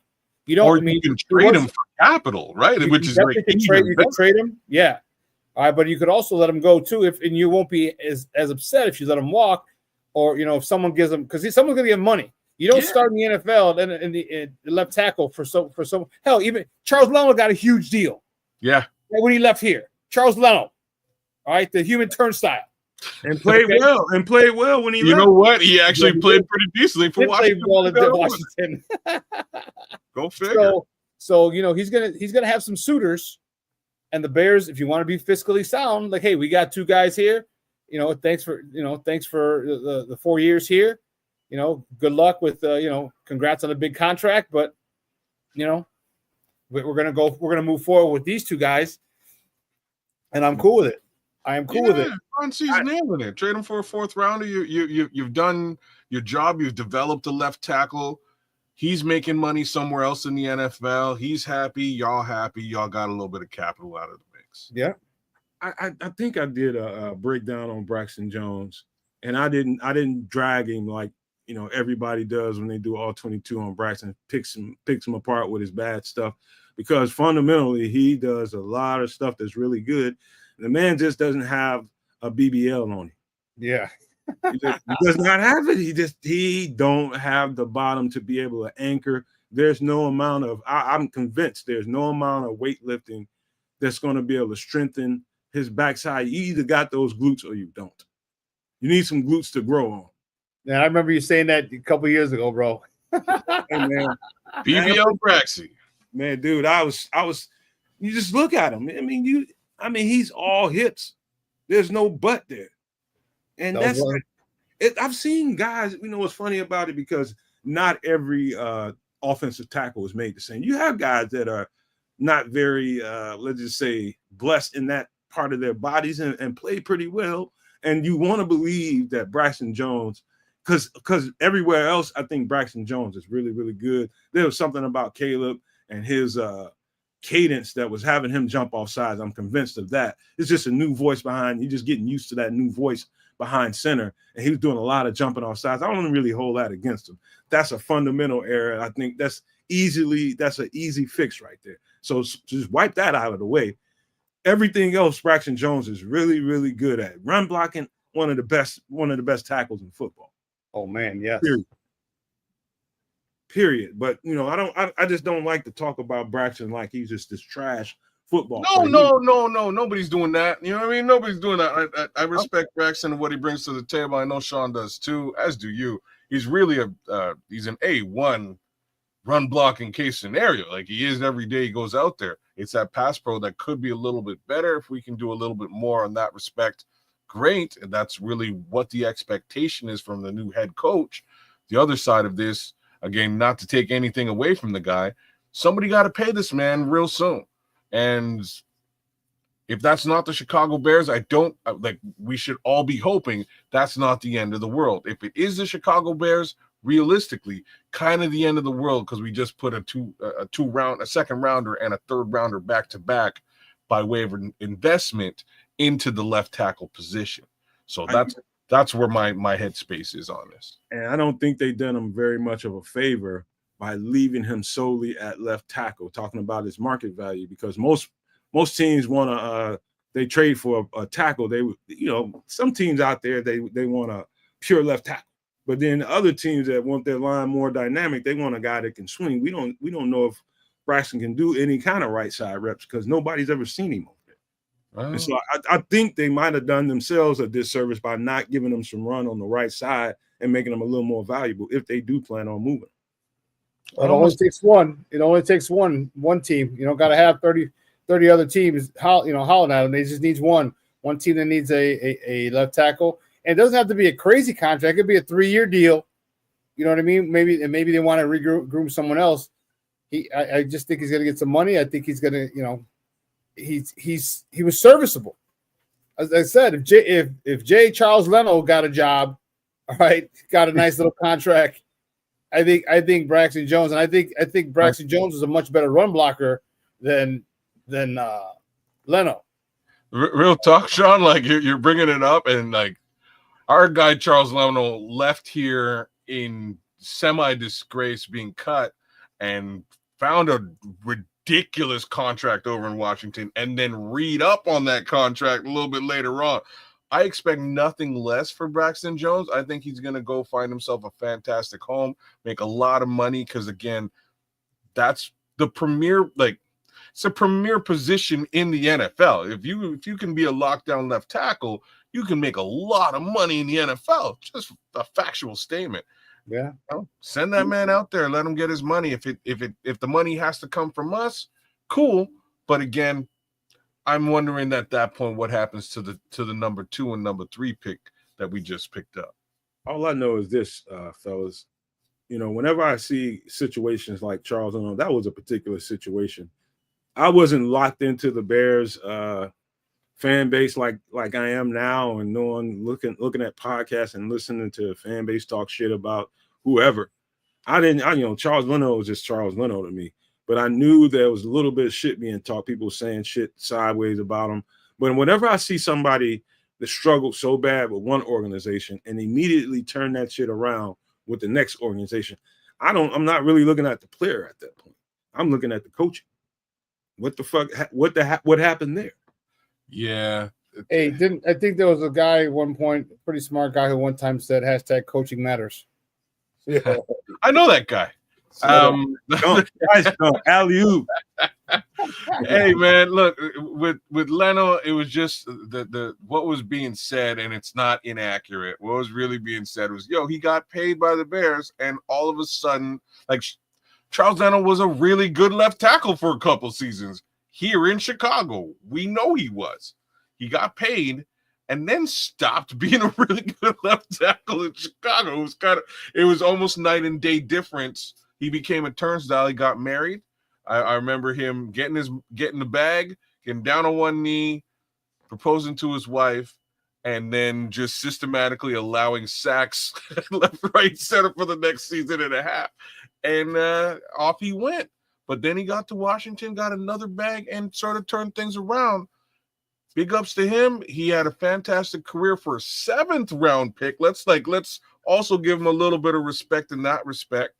Let's push that over to Braxton. Braxton's a 5th rounder. You can only expect so much. I think he's well overplayed his position, his draft stock.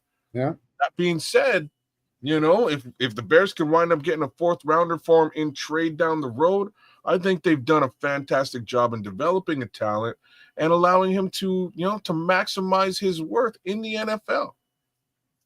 Man, I think one more situation. Because I touched on it last night. This Luther Burden situation, and I was being generous when I was talking last night, but I'm gonna be real pro football player right here. For all the people that of course we all should, I guess think about however much money they're gonna have to pay an individual. I don't spend no time thinking about what rich people have to give somebody that's earned it and deserves something. It's not gonna hurt him. You know what I mean? But this whole thing about guaranteed money, how these 2nd rounders from this year broke the glass ceiling kind of and got guaranteed money. And I said last night on the show, I said, man, whenever you see things like that happen, trust and believe me when I tell you that the business model is going to have to change now. Nobody 10 years ago would have been talking about, when there's never a precedent for something, people say it can never happen. But now that there's precedent for something, now it's going to be a change. Now the space has changed. Now you got to change the business model. Before 10 years ago, nobody would have been saying college players were going to get paid to play college football, but now they're getting paid. 2nd rounders got paid guaranteed money this year. Now it's time to start paying them all. I'm one of those people who will go out on a picket line and protest for these guys, all of them, to get guaranteed money. I believe this is too violent too violent a game. And it's just every single time that you touch grass, you put cleats to grass, something obtuse can happen to your body. And it's not like you're hurting for money. I mean, first of all, each NFL team, after all bills and bills are paid, got $416 million at the end of the fiscal year in 2024. All right. So at the end of the 24 season, or 23 season, I'm sorry, because if 24 hasn't come out yet, they got $416 million. And let's not forget, they have insurance on these players too. Right. They have insurance on these players. So it's not like you're even basically coming out of pocket. You're not losing anything because your insurance is going to cover it.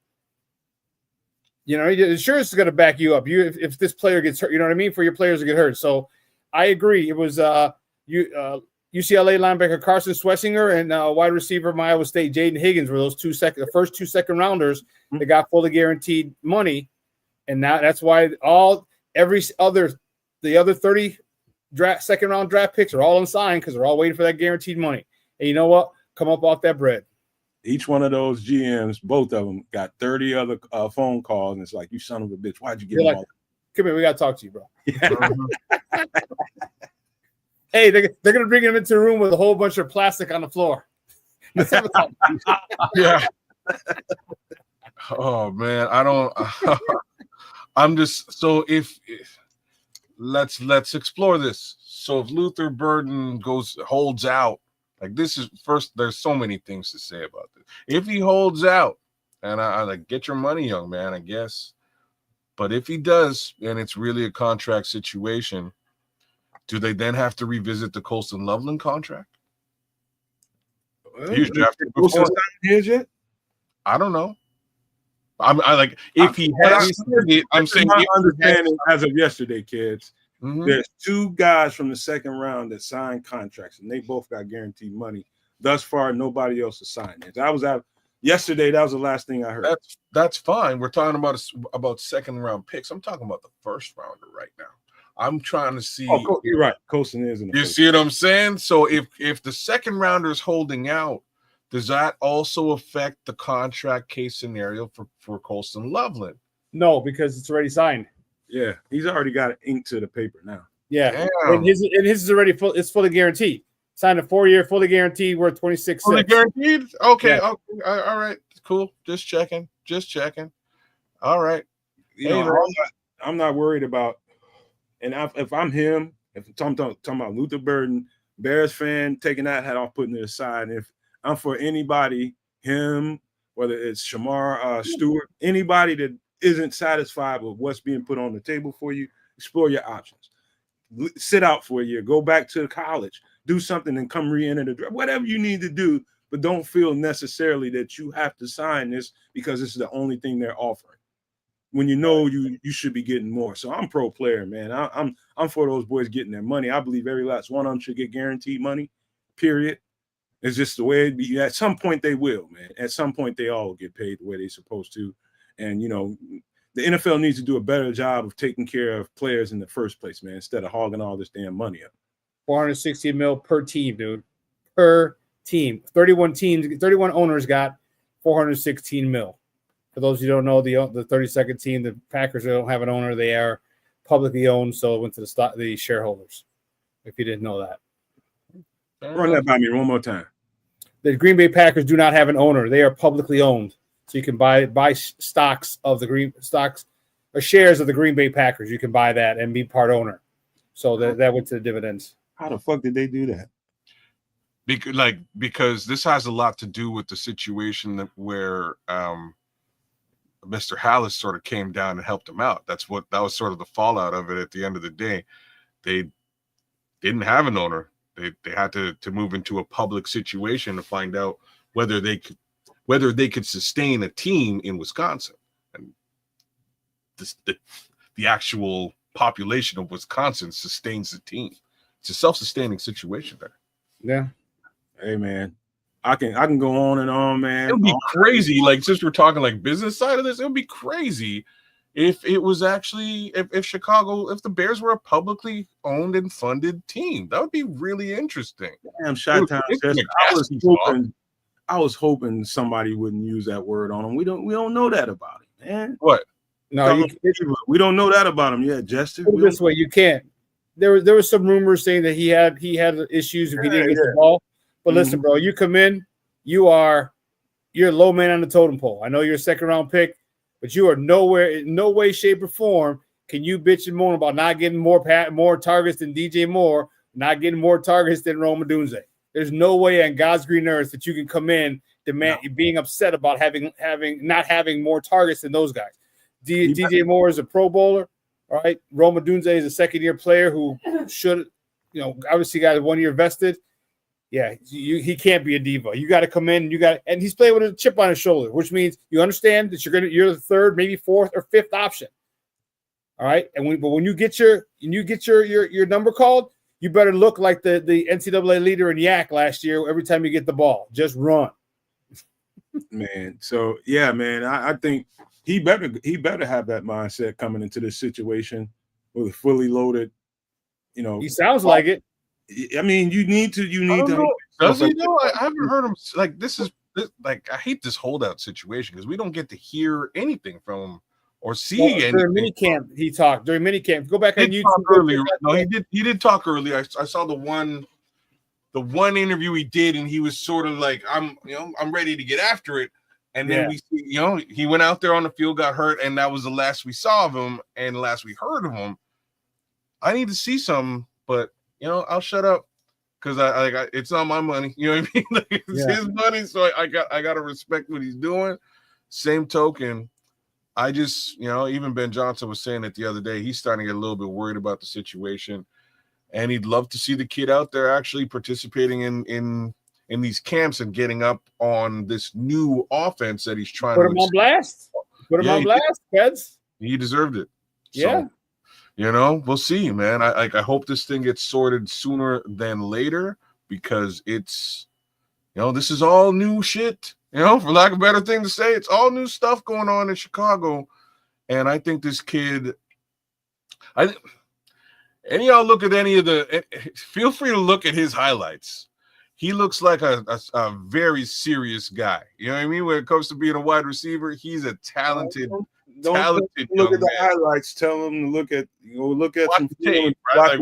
The ball not coming to him too. He's look at all that shit. He's a talented young man, and I want to see how that plays here because right now there's a lot of mouths to feed, which is like, let's be real about this. Probably like the best problem ever to have in Chicago. Like there's been years where we're like, oh, we don't know who the number one receiver is. Is it Darnell Mooney? You know what I mean? Like there's been some crazy. That is what the best receiver on the team at one time. Shit. Who was? Nikhil Harry. Nikhil Harry, your homie. Don't even get me started, Sean. Hey man, I'm just saying there's been some questionable situations. Right now, the situation is much less questionable. The question is like, how do you feed all these mouths? Like, how do you do it? I want that actually to be the problem. And if it is short game, short game, that's how you do it.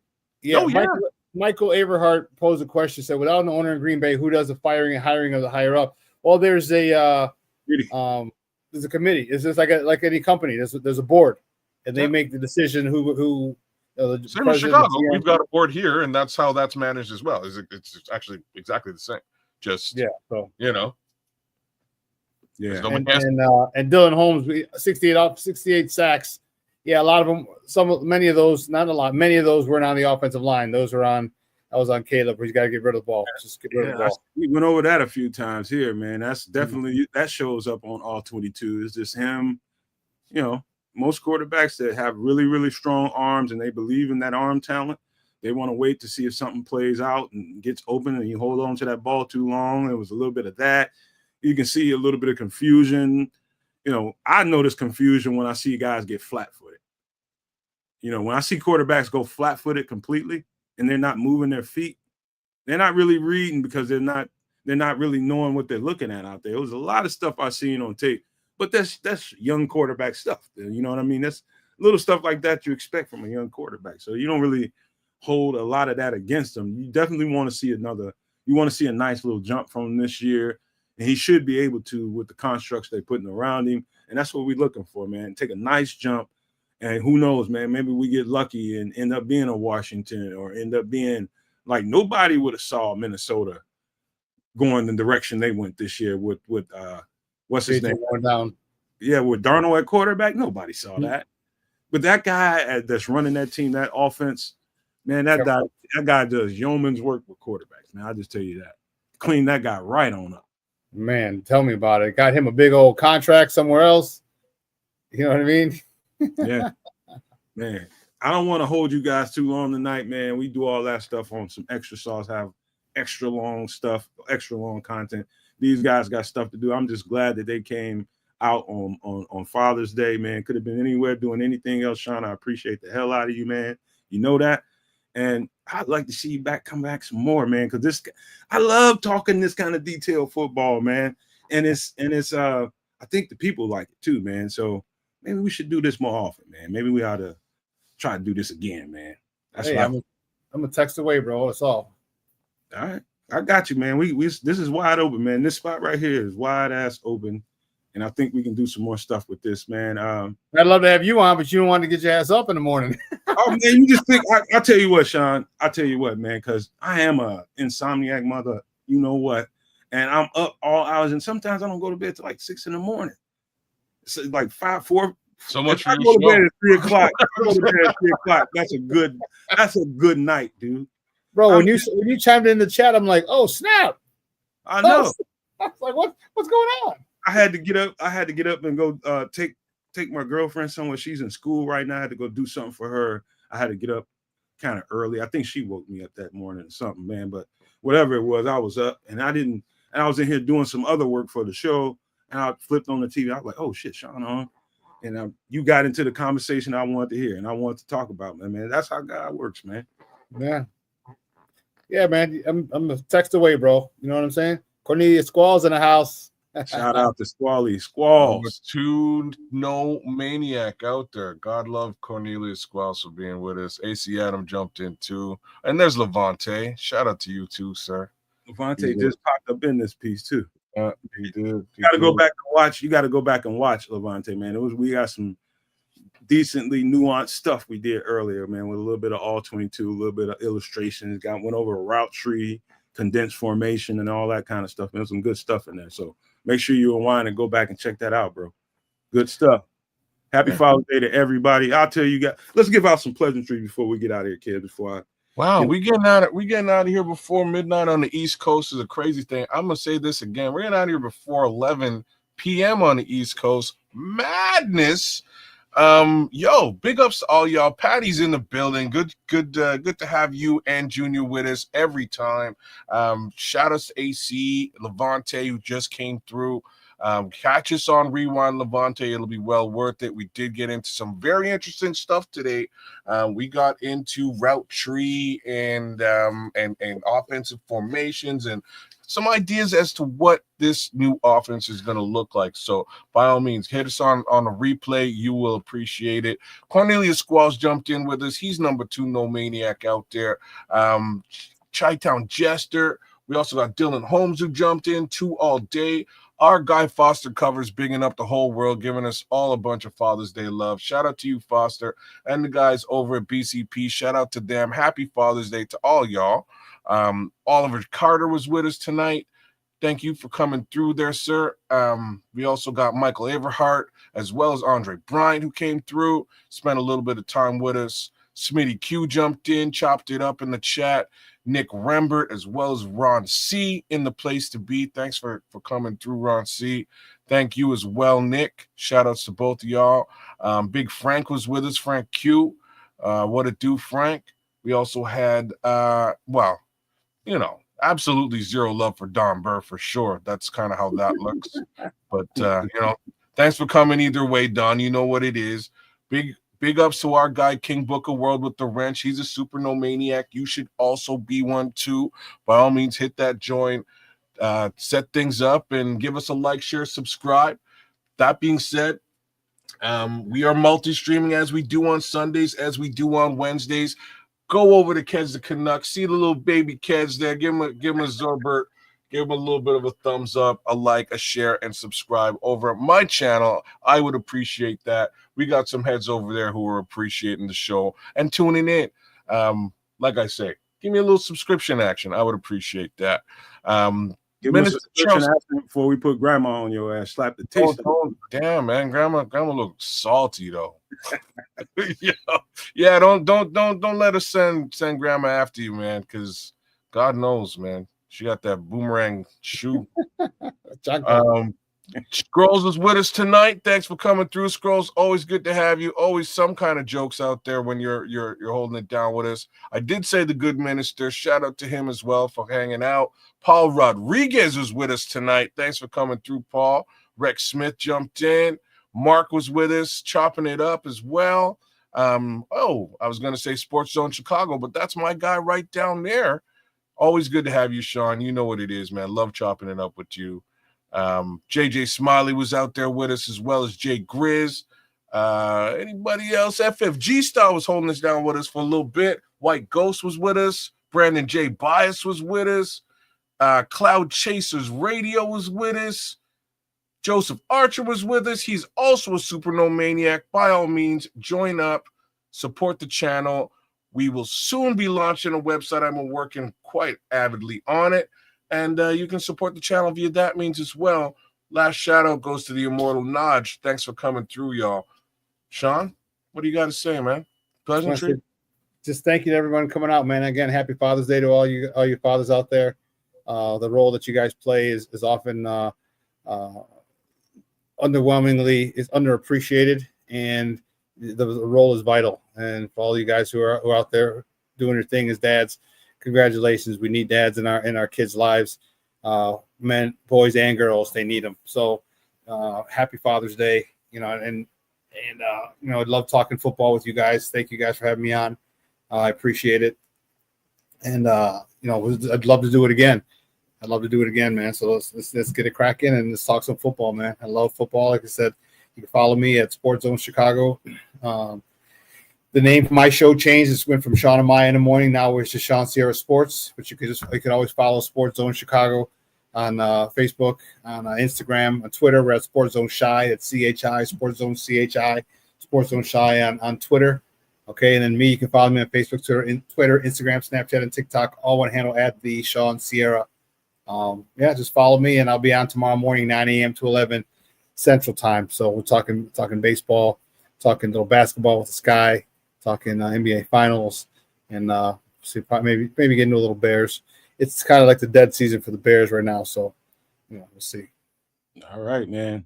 I will definitely sometime this week, Sean. I'll let you know, man. I'll get up and I'm coming over there and we're gonna do some stuff. We're gonna talk some all over there. I'll just have to get up and try not to. Oh my God, man. I hate mornings, but I gotta get up, man. I'm gonna do it, man, just for you and the sports owners over there. I'm gonna do it, man. We're gonna have a good time doing it too, man. We're gonna definitely do this more and more often, man, because we should, man. This is just good stuff whenever we get together. It's just fun. Like, you can tell when people flow well together and easy. This is easy stuff when we get Sean in the same room as us, man. It's just easy content to make, man, because it just comes off so damn natural, man. So I appreciate you again, Sean, for that. I will be over there at Sports Owners one of these days this week, guaranteed. Just letting y'all know. Maybe 2 days, depending on what Sean want to do, but we will see. We will see. But ping me when you go over, man. Give me a little ping. I'll try and support you guys in the chat. I will be hard at work, but by all means, I can probably jump in and give you guys some love in the chat. I will plant the bug with you. I will definitely plant the bug with you. But I wanted to leave on this note, man, and happy Father's Day again to everybody. I want to say this. Sean kind of started it. I'm gonna kind of throw a little bit of icing on it. We hear so much and we see so much about bad fathers out here, or just fathers that are just non-committal whatsoever when it comes to their children, just not there physically, emotionally, at all, spiritually with their children. And I had a couple of homeboys. Now I got, I'm lucky. I'm sitting here as a walking, talking representative of what can happen if you have a strong male figure around you to guide you, and with the stick too. It wasn't I'm from the old school with it. My pops was from the old school with it. Beat your ass and give you a sleeve of Oreos right afterwards because he feels bad because he had to beat you. But every one of them I deserved them. You know what I mean? I'm not gonna ever be one of those people that grows up and say, "Hey, my parents abused me." No, I got them ass kicking because I deserved it. And I was glad I had somebody that cared about me enough to kick my ass. How about that? Be thankful. Be at all you good fathers out there.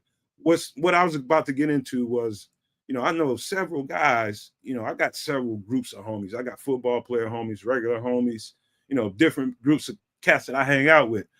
Some of those guys, man, that are really good fathers get upset about some of the other ones because they complain about child support. And one of them said something to me in particular a long time ago. He's like, "Man," I was telling him about what the other one was talking about. He said, "Man, tell that motherfucker I said, I love to change places with you. I wish I could just pay some child support." He said the work comes when you have to deal with their asses every day, round the clock, 24/7.